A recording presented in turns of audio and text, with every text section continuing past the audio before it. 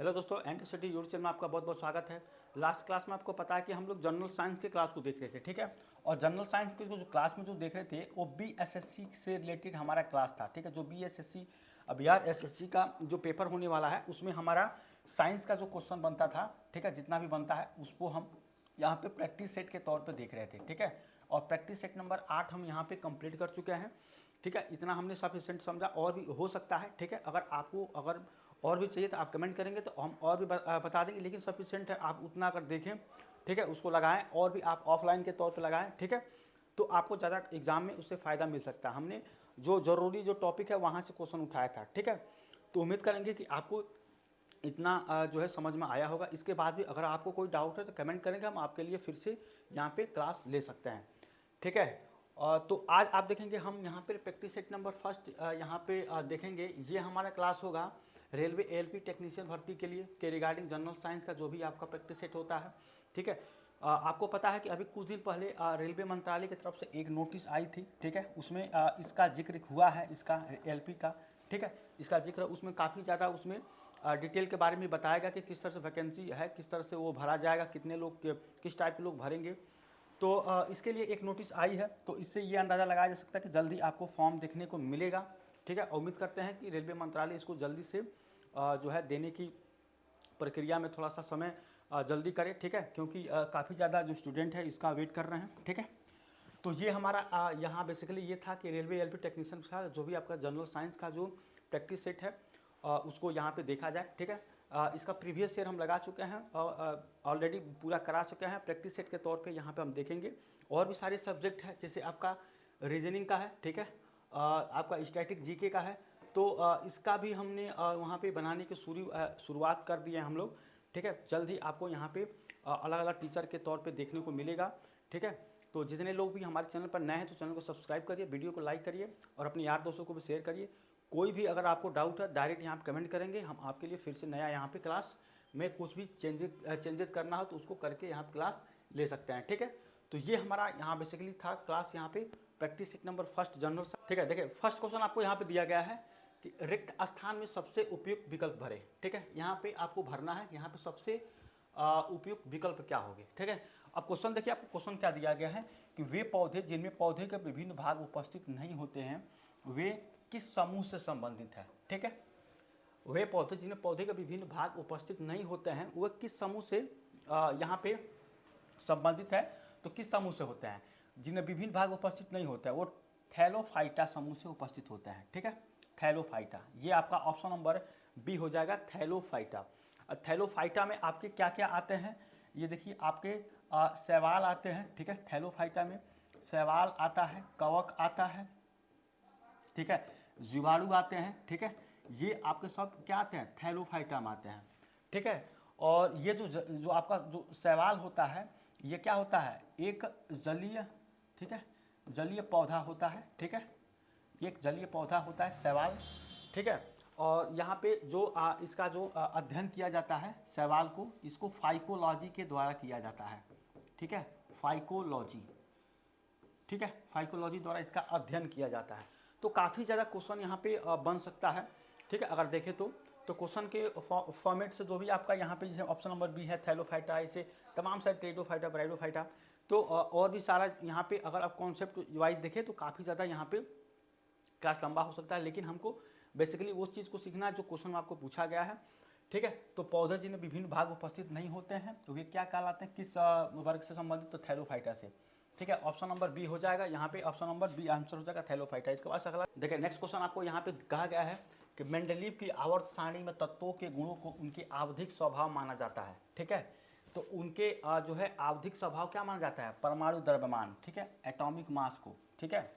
और यहाँ पे जो मेंडलीव थे वो परमाणु द्रव्यमान को उसका क्या मानते थे, मूल गुण, जो उसका मूल गुण होता था वो उसका किसको मानते थे, परमाणु द्रव्यमान को, ठीक है। पर जो एटॉमिक वेट होता है उसका मूल गुण उसी को मानते थे, ठीक है। तो इसका आंसर हो जाएगा ऑप्शन नंबर बी, ठीक है। जो भी आपके यहाँ नेक्स्ट क्वेश्चन आपको यहाँ पे है कि जब एक परिपथ में कई प्रतिरोध श्रृंखला में जुड़े होते हैं तो करंट का मान क्या होता है, ठीक है। श्रृंखला में देखिए एक श्रृंखला होता है, एक समांतर क्रम होता है, ठीक है। तो यहाँ पे एक होता है आपका सीरीज, अगर बात करें तो एक होता है आपका सीरीज में, ठीक है, और एक होता है पैरेलल, ठीक है। तो सीरीज में क्या होता है, मान लीजिए अगर आर इक्विवेलेंट अगर आप निकालेंगे तो क्या होता है R1 plus R2 plus R3, ठीक है, ये आपका सीरीज का होता है। इसके बाद से अगर पैरेलल का निकालेंगे आर इक्विवेलेंट, ये होगा 1/R1 प्लस 1/R2, ठीक है, प्लस 1/R3, ठीक है। तो इस तरह से ये पैरेलल का होता है। तो इसमें क्या होता है, जो इसका करंट का मान होगा, ठीक है, V equals to I into R से जो निकाला जाता है V equals to I into R, तो I क्या हो जाएगा V/R, ठीक है। तो करंट का जो मान होगा वो क्या होता है, यहाँ पे एक ही होता है, मतलब सेम रहता है, ठीक है। करंट का मान क्या होता है, सेम होता है। ऑप्शन नंबर डी इसका आंसर हो जाएगा, करंट का मान आपका एक ही रहता है, ठीक है। तो ये आपका यहाँ पे आंसर हो जाएगा, एक ही रहता है करंट का मान।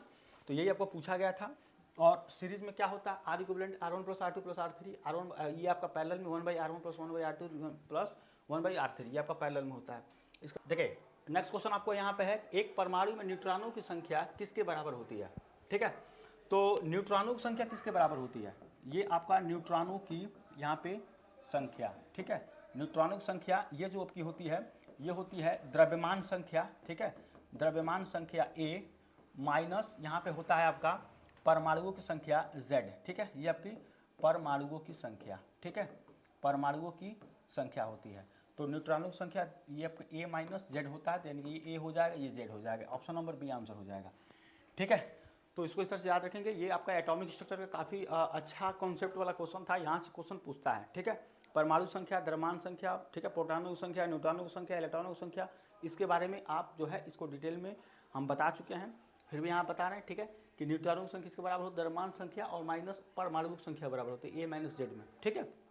ये काफ़ी अच्छा। देखिए नेक्स्ट क्वेश्चन आपको यहाँ पे दिया गया है, 4 किलोग्राम भार की एक वस्तु क्षैतिज दिशा में इतना मीटर प्रति सेकेंड की गति से बढ़ रही है, ठीक है। अब देखिए यहाँ पे जो आपका मास दिया गया है, ये मास दिया गया है 4 किलोग्राम, ठीक है। इसका जो स्पीड दिया गया है, मतलब यहाँ पे प्रारंभिक वेग, सॉरी यहाँ पे जो इसका स्पीड दिया गया है, प्रारंभिक वेग, ये आपका दिया गया है यहाँ पे। अगर प्रारंभिक वेग की बात करें तो यूं कितना दिया गया, यूं आपका दिया गया वहाँ पे 5 मीटर पर सेकेंड, ठीक है, 5 मीटर पर सेकेंड ये आपका दिया गया है। और वी कितना दिया गया, अंतिम वेग आपका 10 मीटर पर सेकेंड है, ठीक है। बढ़ाने के लिए इस पर किया गया कार्य कितना होगा, तो वर्ग कितना होता है, ये होता है हाफ mv² माइनस u², ये होता है आपका किया गया कार्य, ये होता है कार्य, ठीक है।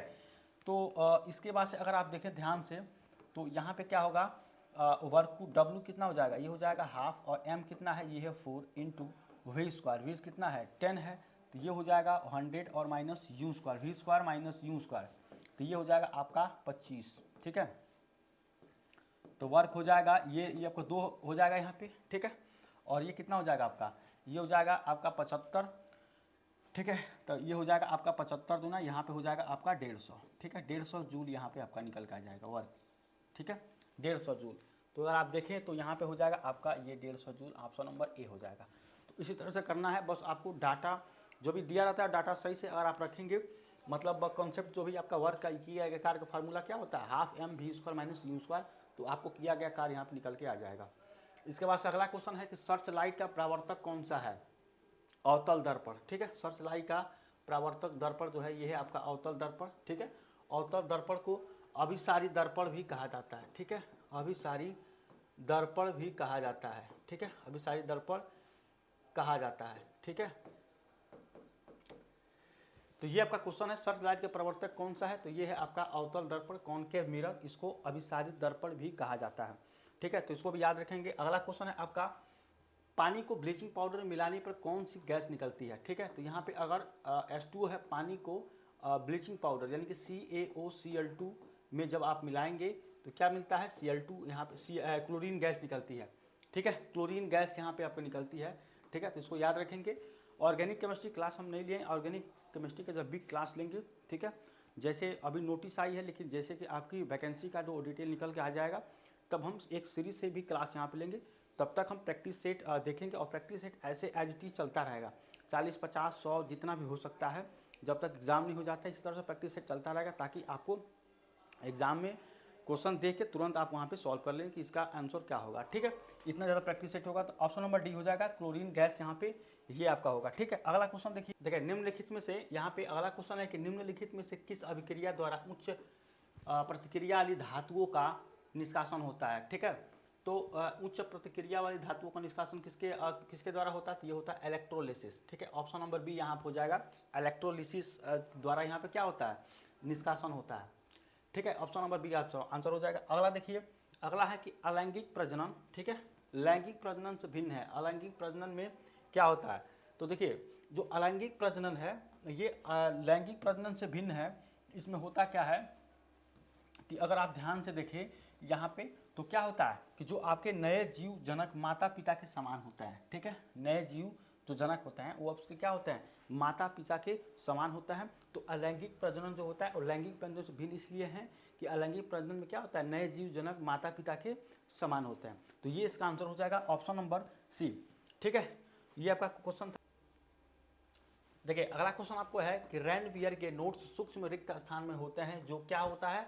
ये कहाँ पाए जाते हैं आपके रेनवियर? तो ये आपके माइलिनीकृत एक्सोन में पाए जाते हैं। ठीक है, माइलिनीकृत एक्सोन में ये पाए जाते हैं। रेनवियर के नोड्स जो सूक्ष्म रिक्त स्थान में होते हैं वो आपको किस में पाए जाते हैं? माइलिनीकृत एक्सोन में ये आपके पाया जाता है। ठीक है, तो इस क्वेश्चन का आंसर हो जाएगा ऑप्शन नंबर ए। उस धातु का नाम बताएं जिसे आसानी से चाकू से काटा जा सकता है। ठीक है, तो ये काफ़ी फेमस क्वेश्चन है, इसको पता ही आपका ये किससे काटा जा सकता है? तो ये आपका सोडियम होता है। ठीक है, सोडियम। और इसको किस में रखा जाता है? तो मिट्टी के तेल में डुबो कर रखा जाता है। मिट्टी के तेल में डुबो कर, ठीक है, डुबो कर रखा जाता है। ठीक है, ये हो जाएगा आपका ऑप्शन नंबर ए आंसर हो जाएगा सोडियम। मिट्टी के तेल में इसको डुबो कर रखा जाता है सोडियम। और सोडियम क्या होता है? ये आपका एस ब्लॉक का एलिमेंट होता है। ठीक है, ये क्या होता है? X block element. ठीक है, एस ब्लॉक एलिमेंट होता है सोडियम। इसका एटॉमिक नंबर कितना होता है? 11 एटॉमिक वेट होता है 23। ठीक है, 11.99 होता है, यानी 23 इसको ले सकते हैं। तो ये आपका क्वेश्चन था, काफ़ी अच्छा क्वेश्चन था। अगला क्वेश्चन देखिए, इनमें से कौन सा एक सेप्रोट्रोफ है? ठीक है, तो सेप्रोट्रोफ क्या होता है? कुकुरमुत्ता। ठीक है, मशरूम जिसको कहते हैं कुकुरमुत्ता, सेप्रोट्रोफ ये होता है। ठीक है, और इसमें सबसे ज़्यादा क्या पाई जाती है? प्रोटीन पाई जाती है। ठीक है, प्रोटीन इसमें पाया जाता है कुकुरमुत्ता में। ठीक है, तो ये आपका क्वेश्चन हो जाएगा ऑप्शन नंबर बी, इसका आंसर हो जाएगा। इसके बाद देखिए नेक्स्ट क्वेश्चन आपका है सावा। देखिए सावा नहीं है, ये आपका संवेग है। ठीक है, ये होता है संवेग, इसको मोमेंटम कहते हैं अंग्रेजी में। ठीक है, मोमेंटम होता है। तो मोमेंटम क्या होता है? अगर संवेग की बात करें यहाँ पे संवेग, ठीक है, तो इसको P से रिप्रेजेंट करते हैं। और द्रव्यमान गुणे यहाँ पे द्रव्यमान M से होता है और गुणे वेलोसिटी वेग होता है। ठीक है, वेग। तो P = M × V यहाँ पे होता है, P = M × V। ठीक है, तो ये आपका संवेग होता है। तो द्रव्यमान गुणे यहाँ पे V हो जाएगा। तो ये आपका देखिए द्रव्यमान गुणे ये होगा, ऑप्शन नंबर सी आंसर हो जाएगा। ठीक है, ये हो जाएगा। संवेग को इस तरह दिखाते हैं, वो सामान्य ये संवेग होगा, उसको सुधार दीजिएगा। ठीक है, और ये क्या होता है? संवेग एक आप देखें तो यहाँ पे ये एक सदिश राशि होती है। ठीक है, सदिश राशि होती है संवेग। ठीक है, इसको भी याद रखेंगे। अगला है आपका नकारात्मक त्वरण निम्न में से किसकी दिशा के विपरीत होता है? ठीक है, तो यहाँ पे नकारात्मक जो त्वरण होता है किसके? वेलोसिटी के। ठीक है, वेलोसिटी के क्या होता है? विपरीत होता है वेग के। ठीक है, नकारात्मक त्वरण यहाँ पे त्वरण जो होता है आपका वेग परिवर्तन की दर आपका क्या कहलाती है? एक्सेलरेशन। नकारात्मक मतलब माइनस यहाँ पर होगा, तो यहाँ हो जाएगा। और मीटर पर सेकेंड स्क्वायर इसका यूनिट होता है, यानी कि मीटर सेकेंड -2, ये भी आपको देखने को मिल सकता है। ठीक है, तो ये इसका यूनिट होता है, इसको अगर याद रखें तो मीटर पर सेकेंड स्क्वायर। ठीक है, तो ये आपका वेग परिवर्तन की दर क्या कहलाती है? त्वरण एक्सेलरेशन होता है। इसके बाद देखिए अगला क्वेश्चन कि NH4 अमोनियम सल्फेट के अणु में कितने परमाणु होते हैं? अब देखिए इसको परमाणु काउंटिंग करना है तो कैसे करेंगे? यहाँ पे है NH4 होल ट्वाइस। ठीक है, और SO4 कितने में एक अणु में कितने थे? यानी एक ये मॉलिक्यूल्स है, तो जब इसको खोलेंगे तो कितना हो जाएगा? ये हो जाएगा नाइट्रोजन हो जाएगा 2, हाइड्रोजन कितना हो जाएगा? 4 है तो कितना हो जाएगा? 8, सल्फर कितना है? 1, और ऑक्सीजन कितना है? 4, तो 10, 11, 4 कितना हो जाएगा? 15। ठीक है, 15। तो ये ऑप्शन नंबर बी आंसर हो जाएगा। तो इस तरह से इसको काउंटिंग करते हैं। एग्जाम में आपको जैसे एक यहाँ पे ये दिया अमोनियम सल्फेट, इसके बाद से कुछ भी और भी सारे कुछ आप दे सकते हैं, पूछ सकता है कितने अणु यहाँ पे परमाणु होते हैं, तो ये हो जाएगा 15। ठीक है,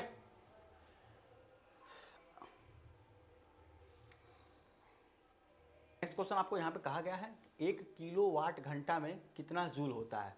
ठीक है, 1 किलोवाट, देखिए यहाँ पे जो आपको दिया गया ये दिया किलोवाट घंटा, जूल में पूछा कितना जूल होता है।